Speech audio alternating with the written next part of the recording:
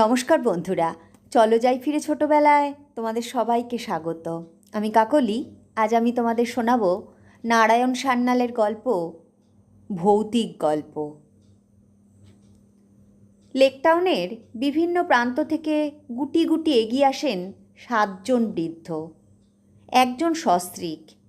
Light পোস্টের তলায় মিলিত হয়ে কেউ বলেন না, কেমন আছেন? ওরা হাঁটতে শুরু করেন। বয়স সকলেরই 60 থেকে 70। দুজন আইএএস, একজন ইঞ্জিনিয়ারিং কলেজের প্রিন্সিপাল, একজন কর্নেল, একজন চিফ ইঞ্জিনিয়ার, দুজন অধ্যাপক। ওরা এতই বিখ্যাত যে ছদ্মনাম ব্যবহার করতে বাধ্য হচ্ছি। ওরা সপ্তর্ষি, মহিলাটি সে হিসাবে অরুন্ধতী। সেদিন সন্ধ্যায় 5:31 ডক্টর অত্রি বললেন, জামেক করেছে প্রফেসর পুলহ আর ডক্টর পুলস্ত আসবেন বলে মনে হচ্ছে না। চলুন রওনা হওয়া যাক। ঠিক তক্ষুনি বৃষ্টি পড়তে শুরু করল। উপায় নেই, সান্ধ্য ভ্রমণ মাথায় উঠল। কাছেই চিফ ইঞ্জিনিয়ার অঙ্গিরার বাড়ি। হুড়মুড় করে ঢুকে পড়লেন সবাই। ততক্ষণে ঝেঁপে বৃষ্টি নেমেছে। ডক্টর অত্রি বলেন, উপায় কি? কেউ একটা গল্প বলুন। আমিও আপনাদের একটি ভূতের গল্প শোনাতে পারি, যা বিজ্ঞানকে অস্বীকার করে না, তবে সেটা ভূতের গল্প নয়। অরুন্ধতী বলেন, সেটা গল্প শুনে আমরা বলবো। আপনার ব্যক্তিগত অভিজ্ঞতা? হ্যাঁ, আমারই জীবনের ঘটনা। কর্নেল ক্রুতু বলেন, আপনি ভূত দেখেছেন? প্রফেসর বশিষ্ঠ ধমকে ওঠেন, আপনি থামুন তো মশাই, গল্পের মুডটা নষ্ট করবেন না। বলুন ডক্টর অত্রি, বেশ জমিয়ে শুরু করুন। প্রায় 50 বছর আগেকার কথা। আমি তখনও ইঞ্জিনিয়ারিং কলেজের ছাত্র। আমার এক সহপাঠী বন্ধু নিখিলেশ ভূতের জোড়া পায়ের লাথি খেয়ে পাগল হয়ে গেল। জোড়া পায়ের লাথি? উচ্চস্বরে হেসে উঠলেন কর্নেল ক্রুতো। ভ্রুক্ষেপ করলেন না ডক্টর অত্রি। তিনি বলে চললেন, ঘটনাটা ঘটেছিল রানাঘাট আর পায়রাডাঙ্গার মাঝামাঝি। আমার মামা ছিলেন রানাঘাটের জমিদার। মামা বাড়িতে বেড়াতে গেছি, দাদা, আমি আর নিখিলেশ। নিখিল ছিল থরো স্পোর্টসম্যান, ইয়া দশাশই চেহারা, 6 ফুট লম্বা। তেমনই ছিল তার দুর্জয় সাহস। জমি আড্ডা মারছি আমরা। সেদিনও বর্ষা নেমেছে আজকের মতো। তিথিটা ছিল ঘোর অমাবস্যা। আজকের মতো যথারীতি উঠেছিল প্রেতজনির প্রসঙ্গ। নিখিলেশ এসব হেসে ওড়াতে চায়। হঠাৎ মামাতো বোন সতী বললে, খুব তো ফটফট করছেন নিখিলেশদা। আজ রাত্রে একা ফাঁসিতলার তেঁতুল গাছের গুড়িটা ছুঁয়ে আসতে পারেন? হাসি থামিয়ে নিখিল বলে, পারি, যদি কেউ রাস্তাটা বাতলে দেয়। হাতে একটা টর্চ থাকে আর একটা লাঠি।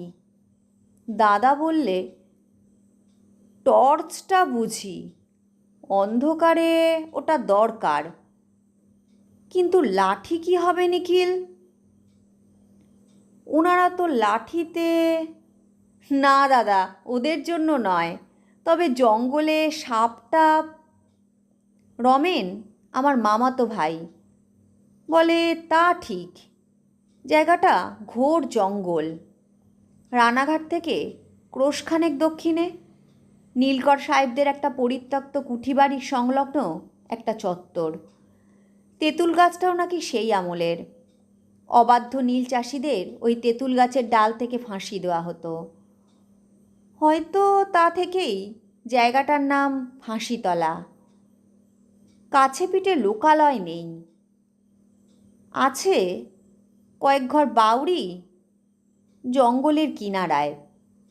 শোনা গেল ফাঁসিতলার ইতিহাস। দিনের বেলাতেই কেউ যায় না, রাত্রে তো কথাই নেই। গত 20 বছরে তিনজন ডাকাবুকো দুঃসাহসী এবং একজন পথভুলো ভিখারি ওখানে প্রাণ দিয়েছে। একা মানুষ ওই গাছের তলায় উপস্থিত হলেই আকাশপথে নেমে আসে ক্ষুধিত প্রেতাত্মার দল। নির্মম হাতে প্রহার করতে থাকে দুঃসাহসীকে, যতক্ষণ না সে ওদের রাজ্যে গিয়ে পৌঁছয়। নিখিল ভ্রুক্ষেপ করল না। সতীর সঙ্গে সে বাজি ধরে বসে আছে। ওই তেঁতুল তলায় সে যাবেই। সতী একটা কাগজে সই করে একটা সিগারেটের টিনে পুড়ল। কথা হলো নিখিল সেটা ওই তেঁতুল গাছের তলায় রেখে আসবে। কাল সকালে আমরা সদল বলে গিয়ে দেখব। সে রসগোল্লার দামটা কে দেবে, সতী না নিখিলেশ? কথাটা জানাজানি হলে বাড়ির কর্তা ব্যক্তিরা নির্ঘাত বাধা দেবেন। তাই তাদের বলা হলো আমরা রাতে বায়োস্কোপ দেখতে যাব। রানাঘাটের কাছারি মাঠে তাঁবু খাটিয়ে বায়োস্কোপ দেখাবার নতুন ব্যবস্থা হয়েছে। অযোধ্যা প্রসাদ বাড়ির টমটমটা পার করল। সদল বলে রওনা দিলাম আমরা। ততক্ষণে বৃষ্টির বেগটা কমেছে। একটানা একটা বাতাসের শব্দ, যেন বিনিয়ে বিনিয়ে কেউ কাঁদছে। ঘোর অন্ধকার। পথে লোকজন আদৌ নেই। কোচম্যান অযোধ্যা প্রসাদ নির্দেশটা শুনে একটু ঘাবড়েই গিয়েছিল। লোকটা কথা বলে কম। হুকুম মতো সে গাড়ির মুখ ঘুরিয়েছে। বুঝেছে আমরা চলেছি প্রেতজনির সন্ধানে। শহর এলাকা পার হলাম, যেন জীবন রাজ্য থেকে প্রবেশ করলাম মৃত্যু রাজ্যে। একটা কুকুর পর্যন্ত নেই রাস্তায়। হঠাৎ গাড়িটা দাঁড়িয়ে পড়ল। কি হলো? অযোধ্যা? অযোধ্যা প্রসাদ নেমে এলো কোচ বাক্স থেকে। পাগড়ির প্রান্তে মুখটা মুছে নিয়ে বললে, আব্বা জানে নাই যাতা। ঘোড়া দুটো বুঝেছে ওদের ঈশ্বরদত্ত অনুভূতি আছে, ওরা বুঝতে পারে, তাই আর যেতে চাইছে না। বুঝেছে এ হচ্ছে নিষিদ্ধ অঞ্চল। অবিশ্বাস আর তাচ্ছিল্য সম্বল করে এমন ঘোর অমাবস্যা রাত্রে ওই মৃত্যুমহলের শান্তি নষ্ট করতে নেই। ওরা আছেন ওদের রাজ্যে আপন মনে। কি দরকার সেখানে বীরত্ব দেখাতে যাবার? কিন্তু মানবেতরের নির্দেশ মানতে রাজি হলো না নিখিলেশ। বললে, ওই ঝাঁকড়া তেঁতুল গাছটা তো? ঠিক আছে, তোরা অপেক্ষা কর, আমি যাব আর আসব। টর্চটা দে। এতক্ষণ ঘোড়ার গাড়ির শব্দে চরাচরব্যাপী নিস্তব্ধতা হৃদয়ঙ্গম হয়নি। গাড়িটা থেমে পড়তেই চারিদিক থেকে নৈশব্দ ঘিরে এলো। একটা অদ্ভুত চিন্তা মনে এলো, একটা বিপ্রতীক তুলনা। মনে হলো বরের গাড়ি এসে দাঁড়ালে যেভাবে কৌতূহলী কোলাহল মুখর কিশোরীরা দল ছুটে আসে, ওরে উলুদে শাঁখ বাজা, ঠিক তেমন করে এক দল নৈশব্দ হুড়মুড় করে ছুটে এলো। বর আসার দৃশ্যটাই দেখছি, কিন্তু দেখছি নেগেটিভে। ওদের উলুধ্বনিতে, ওদের শঙ্খনিনাদে কানে তালা ধরে গেল। সে ঋণাত্মক শব্দ এতটাই স্তব্ধ। একটা পাখি না, একটা ঝিঝি পোকা নয়, সমস্ত চরাচর স্তব্ধ।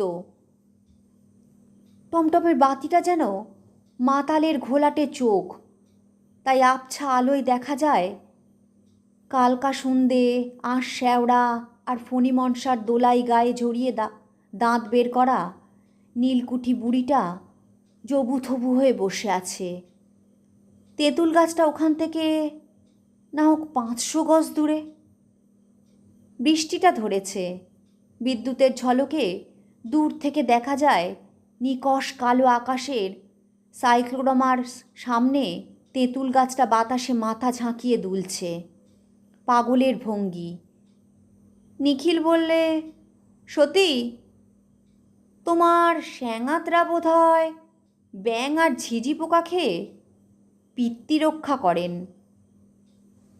তা বটে, এমন নির্জন স্থানে ঝিঝি পোকা ডাকছে না কেন? এমন বর্ষণ শেষে লক্ষ লক্ষ ব্যাঙের সম্মিলিত সঙ্গীত শোনা যাচ্ছে না কেন? ঘোড়া দুটোর মতো ওরাও কি বুঝতে পেরেছে এটা নিষিদ্ধ অঞ্চল? আচ্ছা, চলি তবে। Wish me good luck. হঠাৎ ওর পথ রুখে দাঁড়ালো অযোধ্যা প্রসাদ। বেতনভুক ভৃত্য, কিন্তু অনেক দিনের পরিবারভুক্ত মানুষ।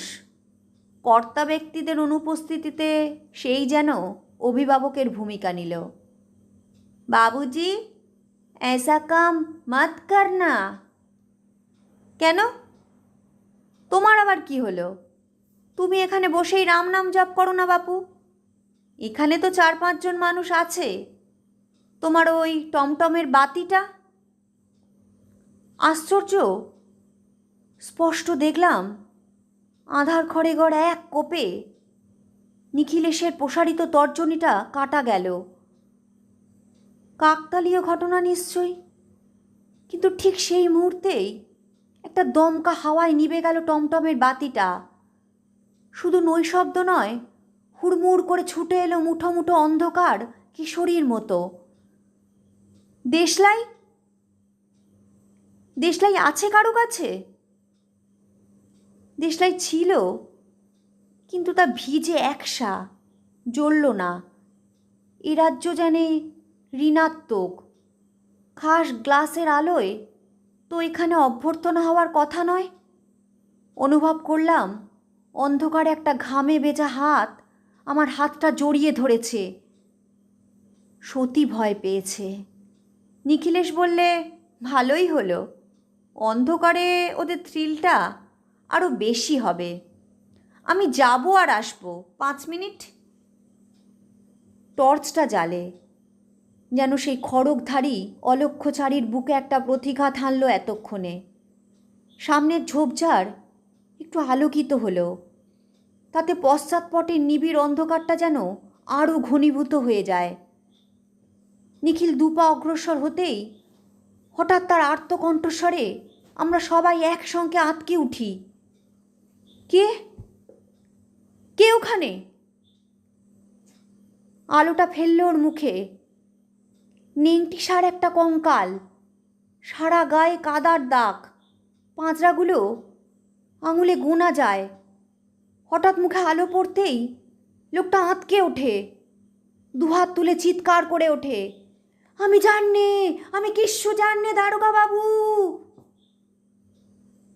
কে দারোগা বাবু? কি জানিস না?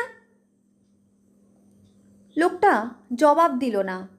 ফণিমনসার ঝোপটা অগ্রাহ্য করে লাফ দিল। যে অন্ধকার থেকে এসেছিল রুদ্ধশ্বাসে মিলিয়ে গেল সেই অন্ধকারেই। নিখিল কিন্তু ঘাবড়ায়নি।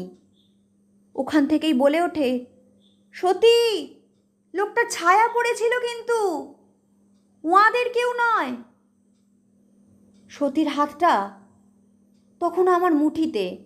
সে চিৎকার করে বললে, নিখিলেশ দা, আপনি ফিরে আসুন। স্বীকার করছি, আমি বাজি হেরেছি। ফিরেই এলো, বললে, কি ব্যাপার? দাদা বললে, জিনিসটা আমারও ভালো লাগছে না নিখিল, মামাবাবুকে না জানিয়ে। নিখিল বললে, তা হয় না, এতটা এসে আমি ফিরে যেতে পারি না। চুরুটটা নিভে গিয়েছিল। বাইরে বৃষ্টিটাও এতক্ষণে থেমেছে। ডক্টর অত্রি লাইটারে চুরুটটা ধরিয়ে নিতেই অরুন্ধতী দেবী বললেন, তারপর? তারপর কি ঘটেছিল জানতে পেরেছিলাম 3 মাস পরে। নিখিলেশ ভালো হয়ে যাবার পর 3 মাস মস্তিষ্ক বিকৃতিজনিত অসুখে ভুগেছিল বেচারি। কি দেখেছিল সে? ওই তেঁতুল গাছতলাতে সে একটা অশরীরী আত্মাকে দেখতে পেয়েছিল, মাটি থেকে 10-12 ফুট উঁচুতে, বিবস্ত্রা একটি প্রেতনী।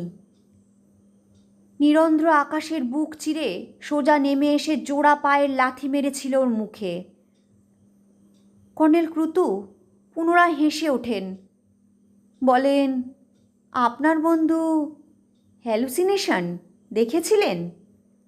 মানে ভয়ে আতঙ্কে অবচেতন মনে একটা কল্পিত চিত্র? ডক্টর অত্রি বলেন, না, কারণ আমরা সবাই তাকে দেখেছিলাম। 5 জন লোকের একই রকম দৃষ্টি বিভ্রম তো সম্ভবপর নয়। আমরা পরে মিলিয়ে দেখেছিলাম, একই দৃশ্য দেখেছি আমরা। কর্নেল ক্রুতু নীরবে শিরশ্চালনা করলেন। প্রফেসর বশিষ্ঠ বললেন, বৈজ্ঞানিক ব্যাখ্যার কথা বাদ দিন মশাই, ঘটনাটার পর পর বলে যান। ভূতের গল্প এত সংক্ষেপে সারলে কি জমে? দ্বিতীয়বার রওনা হবার পর নিখিলের মনে একটা প্রশ্ন জাগে, ওই নেংটি পড়া মানুষটিকে এই মৃত্যুপুরীতে এমন বর্ষণমুখর অমাবস্যা রাত্রে সে কেন এসেছিল? চোর? তাই কি হঠাৎ টর্চের আলো মুখে পড়ায় চমকে নিখিলকে দারোগাবাবু ভেবেছিল? জলকাদায় এখানে ওখানে পিছল হয়েছে, পায়ে চলা পথ নেই। এ পাড়ায় মানুষজন আসে না যুগ যুগান্তর। জঙ্গল ঘন, তবে উঁচু নয় খুব। সাবধানে পথ দেখে অগ্রসর হচ্ছিল। আবার একটা অদ্ভুত বৈজ্ঞানিক তথ্য আবিষ্কার করল সে। ওই তেঁতুল গাছটার যেন একটা আকর্ষণীয় শক্তি আছে, মাধ্যাকর্ষণের মতো, আর সেটা যেন নিউটনের সূত্র মেনে ক্রমেই বাড়ছে। দূরত্বটা যত কমে আসছে, নিখিলের মনে হলো সে যেন স্ব-ইচ্ছায় চলছে না। একটা সর্বগ্রাহী বুভুক্ষিত আত্মা ওই তেঁতুল গাছের অন্তর থেকে চৌম্বক শক্তিতে তাকে আকর্ষণ করছে। কাঁটা গাছ লতাগুল্ম ওর পায়ে মাথা খুঁড়ছে, যেন আর্তকণ্ঠে বলছে, যাস নে, যাস নে। নিখিল দাঁড়িয়ে পড়তে চাইল, পারল না। বস্তুত ওর মনের মধ্যে তখন দুটো নিখিলের জন্ম হয়েছে। একটা নিখিল উদ্যত ফণা গোখরে সাপ দেখে ঘোড়া যেমন সামনের ছপা তুলে রুখে যায় সেভাবে থেমে পড়তে চাইছে, পারছে না। কারণ দ্বিতীয় নিখিল ওকে ঘাড় ধরে নিয়ে চলেছে ওই তেঁতুল গাছটার দিকে। ওই ক্ষুধার্ত তেঁতুল গাছটা 8-10 বছর যে কোনো খাদ্য পায়নি শিকার। হাঁটছে না, ইচ্ছার বিরুদ্ধে সংগ্রাম করতে করতে বিদ্যুৎ বেগে ছুটছে নিখিল। 100 ইয়ার্স রেসের চ্যাম্পিয়ন নিখিলেশ দাস। রুদ্ধশ্বাসে সে ছুটে চলেছে ওই তেঁতুল গাছটার দিকে। 20 গজ, 10 গজ, ওই তো। হঠাৎ কোথাও কিচ্ছু নেই, কে ওর চোয়ালে মারল প্রচণ্ড একটা ঘুষি। প্রভঞ্জন গতি, মানুষটা থমকে দাঁড়ালো এতক্ষণে। মাথাটা ঝিমঝিম করে উঠেছে। Reflex action. জমি থেকে টর্চের আলোটা শঙ্কুর এবার ঊর্ধ্বমুখ করে গাছের মাথার দিকে, আর তক্ষুনি সে দেখতে পেল সেই বীভৎস দৃশ্যটা। নিরন্ধ্র অন্ধকারের বুক চিরে আকাশ থেকে নেমে আসছে একটা অশরীরী প্রেতাত্মা। প্রেতনির ঊর্ধ্বাঙ্গ নিরাবরণ, শ্মশানকালীর উন্মুক্ত বক্ষা সহচারী যেন। নিম্নাঙ্গে একটি ছায়া পালের নৌকোর মতো ফুলে উঠেছে। ও সাবধান হওয়ার পূর্বেই ওর মুখে প্রচণ্ড জোরে জোড়া পায়ে লাথি মারল সেই মূর্তি। আর্তনাদ করে সংজ্ঞা হারালো নিখিলেশ। কর্নেল ক্রুতো বললেন, এক্সকিউজ মি ডক্টর, সেই প্রেতনিটা মাটি থেকে 10-12 ফুট উঁচুতে ছিল বলতে চান? ডক্টর অত্রি জবাব দিলেন না সে কথার। একই ঢঙে গল্পটা বলে যান। নিখিলেশের সেই আর্তকণ্ঠ নিস্তব্ধ অরণ্যে আমরা শুনতে পেয়েছিলাম সবাই। ততক্ষণে টমটমের বাতিটাও জ্বালা হয়েছে। সবাই মিলে অকুলস্থলে পৌঁছে দেখি জলকাদার মধ্যে মুখ গুজরে পড়ে আছে নিখিলেশ। জ্ঞান নেই তার। তাকে ধরে তুলব কি তার আগেই সতী একটা গগন বিদারী আর্তনাদ করে লুটিয়ে পড়ল নিখিলেশের বুকের উপর। ততক্ষণে আমরা সবাই দেখতে পেয়েছি ওকে। যে নিখিলেশকে জোড়া পায়ে লাথি মেরেছিল। কোথায় দেখলেন তাকে?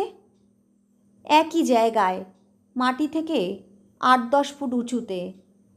Newton's third law. দীর্ঘদেহী নিখিলেশের ভীম বেগে দৌড়নোর ফলে মোমেন্টামটা তো বড় কম হয়নি, তাই প্রথমবার ধাক্কা খেয়েই পেন্ডুলামটা 10 ফুট ওপরে উঠে যায়। আত্মা মুক্তি পেলেও বাউরি বউয়ের দেহটা তখনও মুক্ত হয়নি, আবদ্ধ ছিল রজ্জুতে ওই তেঁতুল গাছের ডালের সঙ্গে।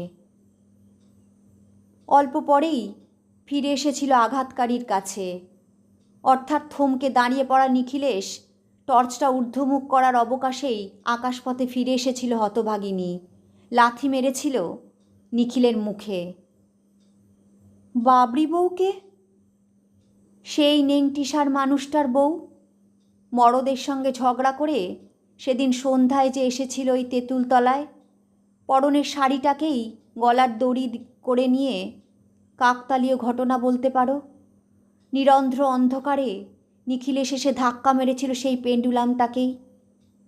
আমরা যখন গিয়ে পৌঁছলাম তখনও বিবস্ত্র বাউরি বউ মৃত্যুদোলায় দুলছে, যেন অভিমানী মেয়েটির আত্মা পৃথিবীর বন্ধন ত্যাগ করতে গড় রাজি। দুলে দুলে ফিরে আসছে পৃথিবীর দিকে বারে বারে। বোধ করি প্রথম বর্ষার এই ভিজে মাটির সোঁদা গন্ধটার মায়া বেচারি ছাড়তে পারছে না। কেমন লাগলো বন্ধুরা? গল্পটা যদি তোমাদের ভালো লাগে তাহলে অবশ্যই লাইক, শেয়ার, কমেন্ট করো কিন্তু। আর আমার চ্যানেলে যারা নতুন বন্ধু তারা আমার চ্যানেলটা সাবস্ক্রাইব করে নিও, আর পাশে থাকা বেল আইকনটা বাজাতে ভুলো না যেন। আজ তবে আসি, আবার আসবো আগামী পর্বে অন্য কোনো গল্প নিয়ে।